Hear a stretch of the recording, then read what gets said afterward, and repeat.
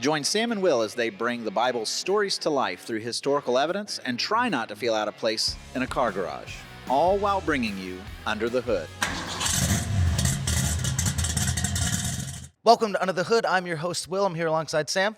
Sam, what are we talking about today? Today we're going to be talking about one of the most famous prophets that you find in all of the Old Testament, the prophet Elijah, and some of the events that surround his life, how his life kind of points us toward the gospel, and a lot of the characters that surround his story, and how archaeology has now uncovered evidence that these people are real people from history. Yeah, he kind of has a dramatic story.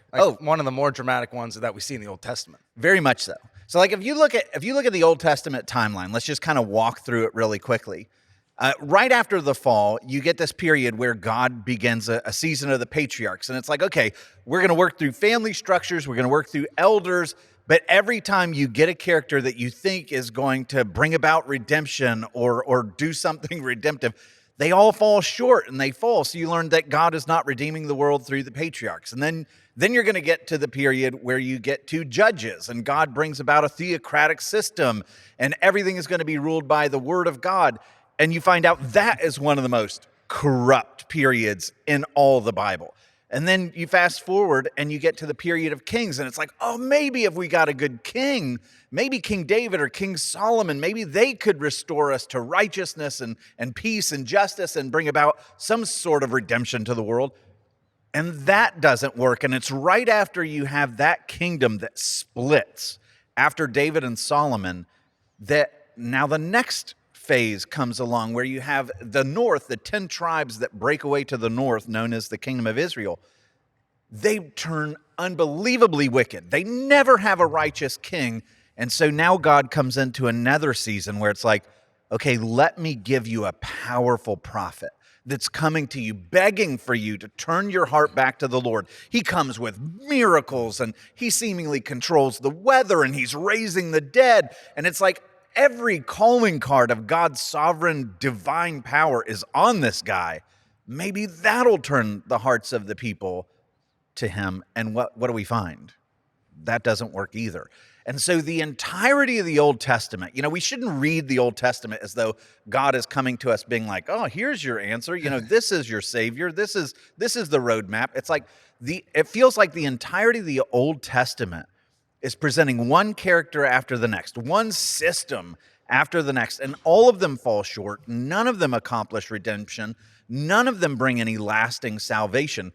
And so the Old Testament is giving you all these types and characters to whet your appetite. They make you thirsty for the real thing that can finally bring salvation, which we find in Jesus.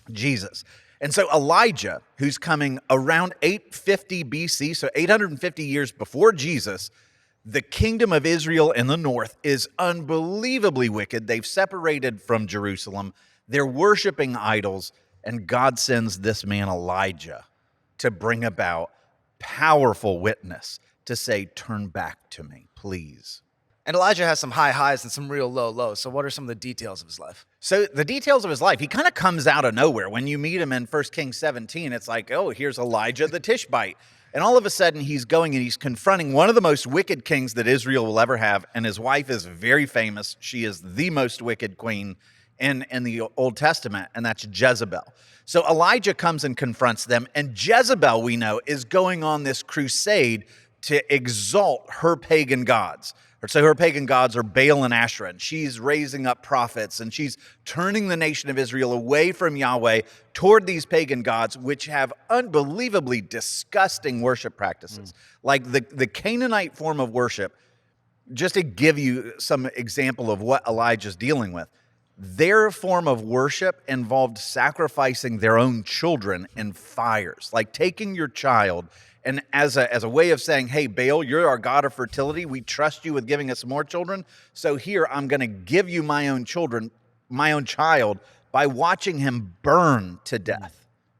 They're engaged in cult prostitution. So imagine the way that you worship is to go and to engage with cult prostitutes. That's the way you worship the god of fertility. And so everything about it is utterly disgusting. The northern tribes have totally walked away from the Lord. And so God sends the prophet Elijah to go to Ahab and Jezebel and to say, God's going to shut off the rain. Like, you guys, you worship Baal. His big deal is bringing fertility to the earth and rain and everything that makes things grow. You're going to find out who the real God is because he's about to shut off the waterworks. And so what happens is we learn that for 3.5 years, Wow. it does not rain. Which is crazy in that time. Rain is very, very necessary. Oh, rain is still very necessary, but back then even more so because they don't have the advanced ways of dealing with a drought or a famine like we would today. And so what happens is Elijah makes that announcement and then he just disappears. He goes outside of Israel, and Ahab and Jezebel are like, all right, we need to get this guy.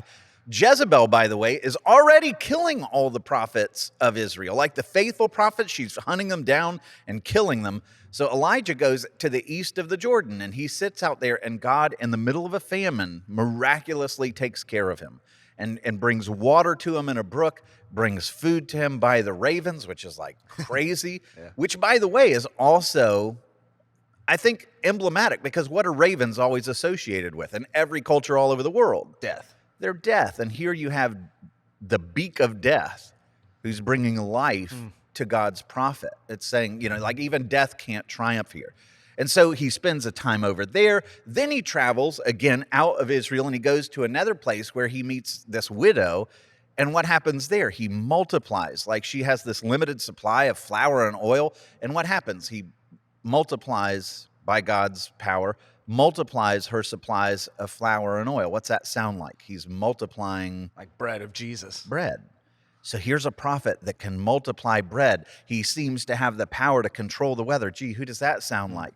He's got all of these things that serve him. Creation itself seems to cater to him. And then the son dies, right? Yeah. And what happens? What does Elijah do? It's the first time you see this miracle in the Bible. He resurrects him. Resurrection of the dead. And now, like, whoa, this guy is super, super set apart. This guy is the one.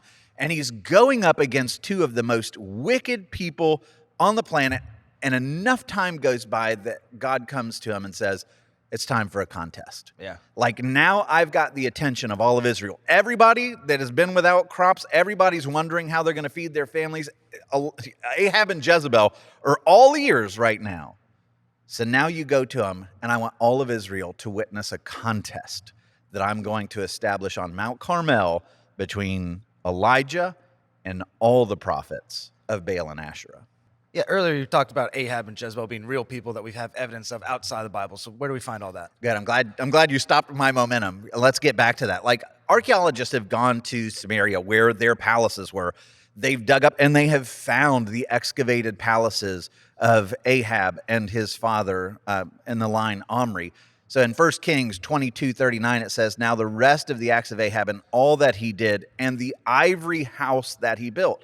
And you're thinking, holy smokes, like, this guy's using the wealth of Israel to build these incredible things for himself. Like, he had a palace, his palace is built with ivory. So they go to the place where this should be. They dig down, and guess what you find? You find the palace of Ahab. But here's what's fascinating. As they're digging in this area, they find that this palace, as 1 Kings 22 says, was inlaid with ivory.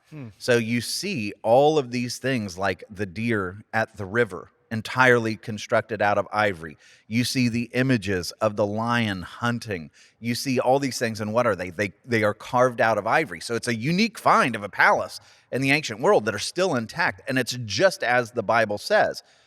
We've also found in that same location a signet ring. So in the ancient world, a king would wear a ring, and when he would issue an order, he would, put wax on the order, and then he would run that signet ring through the wax, and it was like their signature, right? Yeah. We have found Ahab's signature, his signet ring, and that even to this day is housed at the University of Haifa in Israel. But you can go there and look at it, and it reads in ancient Hebrew, Ahab, king of Israel.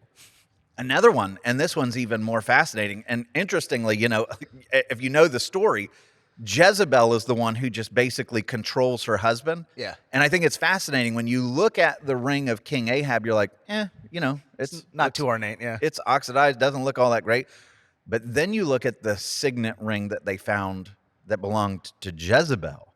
And what do you notice about this one? It's pretty cool. It's pretty cool. It's got all the symbolism on it. It's got the Sphinx, the lion with wings. It's got the Egyptian Ankh, the symbol of life. You can see the cobras, the uraeus from Egyptian symbol that means royalty. And it's even got the Hebrew letters from that time period that spell out Jezebel on the ring.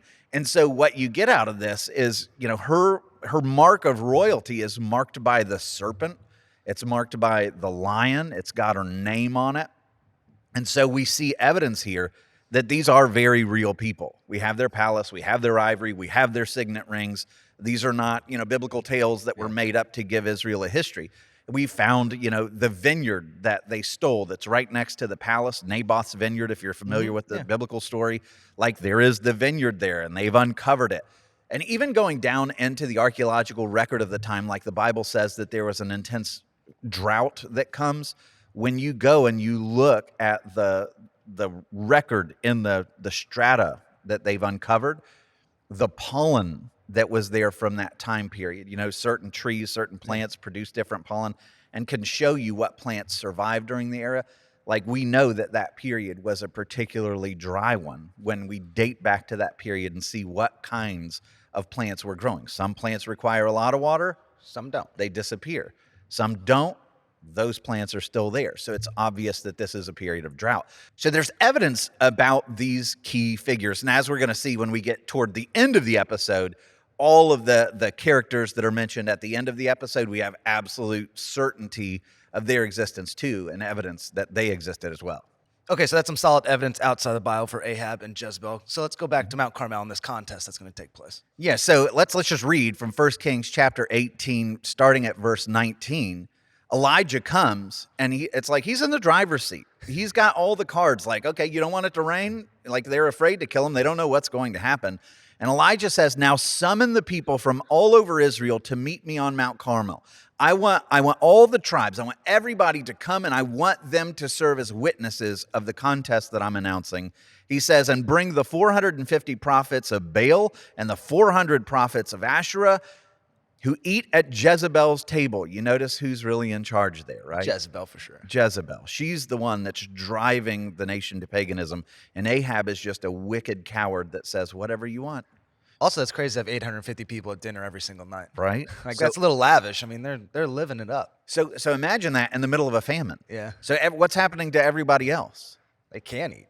And now you're bringing them in, exploiting, taking from everyone else, as you'll see as her calling card, to feed these false prophets. So Ahab sent word throughout all of Israel and assembled the prophets on Mount Carmel. Elijah went before the people and said, how long will you waver between two opinions? If the Lord is God, follow him. But if Baal is God, follow him. And so here you have this, it's kind of an interesting thing when you understand in the Hebrew Carmel, which is that we've been there, right? In Israel, we've been to the place where this happened. Carmel means like a fruit garden. It's the fruit garden of God is literally how that translates in the Hebrew. And so now I want you to imagine what's going on. You have a choice between two paths. Yeah. Either you follow God and you show him allegiance, or you follow the demonic realm of Baal. And what's happening here? You have the king of Israel who is supposed to show fidelity to God, who is supposed to lead, who is supposed to protect his people. He has his wife who comes, and what is she on this fruit garden of God? What is she advocating? Turn away, turn away. And what does he do? He allows her to convince him, and it leads all of Israel into ruin. And now Elijah is bringing them back to the garden. Yeah. Hear that? Saying, pick. Like you have a choice between two paths. You have a choice between two trees. Like, pick which one you want to follow. And so now all of Israel is there to watch this. And what happens? The great contest. He says, okay, they start in the morning. So 9 o'clock at the morning sacrifices, right? They come forward, and it's the prophets of Baal. It's their turn. Mm-hmm. And so they start praying to Baal, which the name means master or husband, right? Like, Please show up, and we've got this sacrifice. We're putting it on the altar. Send your fire from heaven to consume this. You're Baal. You're known as the god of lightning. You're the god of fertility and storms and the clouds. Like, you are uniquely able to send a lightning bolt to just consume this bull. So send it. And so for hours, they're just crying out. And you get to noon, and all of a sudden, nothing's happened. Yeah. Nothing's happened. And so what do they start doing? The Bible tells us that they take out knives and they literally start slicing themselves up. Why? Because basically all ancient cultures believed that the gods responded to the presence of blood. That the gods responded to the aroma that would come forth from the life of blood. Like, this is something. So they're cutting themselves. They're literally mutilating themselves. Like, Baal, pay attention. Do this. Like, prove yourself to the nation. And what does Elijah start doing? He gets funny. He gets pretty funny. And so he starts joking. They're dancing around the altar. And so Elijah begins to taunt them. He says, shout louder. Surely he's a god. Perhaps he's deep in thought or busy. You know what the word there means, right? Yeah, going to the bathroom. Yeah, he's relieving himself. Your God's taking a leak. He can't be bothered, or he's on the toilet. Like, maybe he's traveling, because all the people believe that Baal travels with the sea merchants. So maybe he's traveling. Maybe he's sleeping and needs to be awakened. And so they shouted louder, and they slashed themselves even more with swords and spears until the blood flowed and midday passed. And they continued their frantic prophesying until the time for the evening sacrifice. We know what time that is. What time is the evening sacrifice? 3 p.m.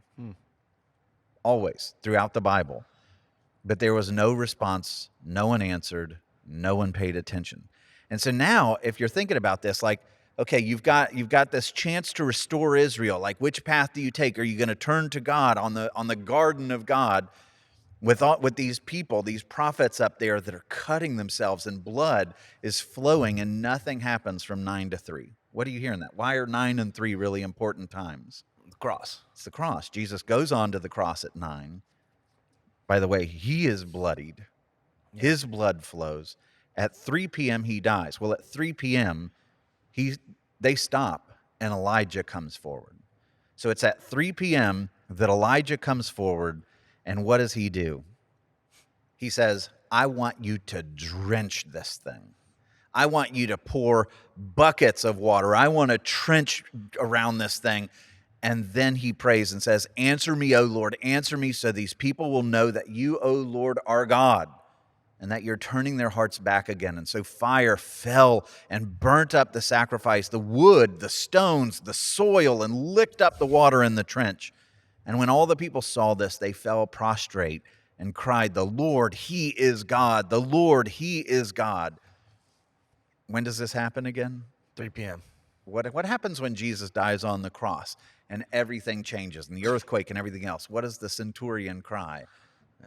Man was surely God. This man was the Son of God. And it's telling you, like, God sends a prophet with all these miracles. He does a dazzling display. He shows that the ways of the world are false, that there's no power there. And then he proves himself. And all of Israel in that moment is like, oh, the Lord, he's God. And Elijah's got to be thinking, like, revival's coming. Thank the Lord. Everything's over. You know, this finally worked. The prophet, given the miracles, that finally worked. People will wake up if they just see the sign and the miraculous. And what happens? None of that. None of that. The nation doesn't turn. They stay wicked, no matter what God showed them. Even a prophet that can raise the dead and multiply bread, who can go on a mountain and show that God is the one that can triumph. And right after this, what happens? He says, look up to the sky. And 7 times he sends a servant away, and eventually the skies turn black, and what comes down? Rain. Massive rainstorm. This is the true God of the clouds. This is the true God of the storm. This is the God that brings fertility to the land. Will you not turn to him? And so Elijah runs, and you got to imagine, like, we've just had the victory. We've just had the victory. And he runs to Jezebel and Ahab's house, and he hears that what is Jezebel's response to all this? You're going to be dead within 24 hours. Within 24 hours, I'm going to kill you. You've taken out all the prophets of Baal and Asherah. They get slaughtered after this, by the way. But Elijah hears that not even that worked, and he's just finished. He is so discouraged. He spent 3.5 years, in the wilderness, away from home, and he thought this was going to be the triumphant moment. But the hearts of humanity will not turn even at the miraculous. And so he runs away to Mount Sinai. He actually runs south, and he goes under this broom tree in Beersheba, and he's like, I'm no better than my fathers. Nothing I did worked either. And he actually says that, I'm no better than my fathers. And he just sits there waiting to die, and he's worn out. And God meets him and says, no. I'm going to pick you, I'm going to give you a nap. I'm going to make you a meal. I'm going to let you sleep. You're worn. Yeah. And pick you up. And rather than taking you back to the battle, I'm taking you south to Mount Sinai because I want to show you that you're on the level of Moses to me. The only other prophet I've spoken to on Mount Sinai is Moses. Elijah, you may not have gotten the fruit that you wanted, but in my mind, you're as faithful as Moses was. I'm taking you to Sinai. And it's there that he speaks to Elijah in the still small voice. And what is communicated? Like when Elijah is there, he has it out with God. Yeah. And this is such a comfort to know that God's like, he can take it when we're mad. Like he can hear us. And Elijah's like, I'm the only one contending for the faith. Like I have been doing this and nobody else shows up. I'm all alone and I'm done. Mm-hmm. And what's God's response? Like, you're not alone. Yeah. I'm sovereign over all this. Like there are other prophets out there that I have that are unknown that are going to raise up. You've got to trust me. And as a promise to you, what I'm going to do is I'm going to raise up 3 people as a comfort to you. And that's going to be Hazael, who is going to be the king of Aram, who's going to come down and bring judgment on Israel. I'm going to raise up Jehu to replace Ahab. Ahab and Jezebel, I'm going to deal with them. They're going to be put down. And Jehu is going to come and reign as the new king. And I'm going to raise up Elisha as your apprentice to replace you. And you already mentioned that those 3 characters that you just said do have other evidences outside the Bible as well. They're strong and clear. So what are those kinds of things? Yeah, so we know that Israel begins to be weakened at this point. In fact, the Bible tells us that Ahab lost some battles. But one of the things we have outside of the Bible is called the Kirk monolith. And it was created by an Assyrian king, and he reports that he defeated Ahab in battles. In fact, it says, quote, one of whom was King Ahab of Israel on this massive monolith thing. And he says that he slaughtered 10,000 troops of Ahab the Israelite. And so you see Ahab's stock start to go down. Israel is weakening. And at the time that you see God giving this promise to Elijah of these 3 people, Israel has been diminished. But now I want to point to those 3 people. So you have Hazael, who's going to be the king of Aram or Syria. Jehu, who's going to be the king over Israel, who's the son of Nimshi, and Elisha, who's the son of Shaphat. And so we go to the place where Elijah was from, and they have uncovered shards of ancient pottery that date precisely to this period. And guess whose name is written on them? Elisha.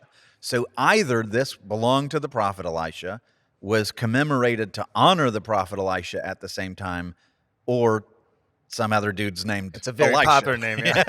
So it's possible, but the fact that it's where it is, when it is, and it shows that it's a popular name at least, that's really fascinating. So there's some evidence for a figure named Elisha. Another one is they found pottery shards with the inscription of King Jehu. So Elijah was commanded to appoint Jehu, son of Nimshi, 1 Kings 19:16. And so at Tel Rehov, an archaeologist found a stone inscription referring to the family of Nimshi. And that's right near where you find this thing from Elijah. So one of the cool evidences for Jehu that we also have is in 1 Kings 19, we see Jehu unhatches this plan to fight against the worshipers of Baal and to bring destruction to the places where Baal's worshiped. And in that, you'll see, he says, go in, strike them all. But it says they demolished the house of Baal, the temple of Baal, and they made it a latrine to this day. Now, that's just a weird and bizarre little detail to throw in. But when they go to excavate one of the ancient Baal temples of the region, guess what they were pulling out of the ground? Just toilets. Toilets. Ancient toilets, like you can see here in this picture, an ancient toilet. So literally, this temple of Baal was reduced to a toilet, which makes it ceremonially unclean, like it would have been defiled. And so there you see even the evidence of Jehu's actions. We also have an Assyrian obelisk of Shalmaneser, who, say We've that heard name of him before. 5 times fast. But listen to what it says. The tribute of Jehu, and here you see Jehu, who's the figure on the obelisk that's kneeling down and kissing the ground before the Assyrian king. Tribute of Jehu, son of Omri. Gee, that sounds familiar. I received from him silver, gold, a golden bowl, a golden vase with pointed bottom, golden tumblers, golden buckets, tin, a staff for a king, and spears. And so Elisha, check. Jehu, check. We got one other figure that he mentions, and that is Hazael of Aram, and we know he existed as well. So there's an Aramean victory pillar that they found at Dan, in which this king, Hazael, which God says he's raising up to bring judgment for the wickedness of Israel, well, sure enough, this guy boasts of a victory over the house of David. And so in this, you see again and again the figures that are mentioned verified in history. This is not a book of fables. It's not made up. These are very real people and a very real history.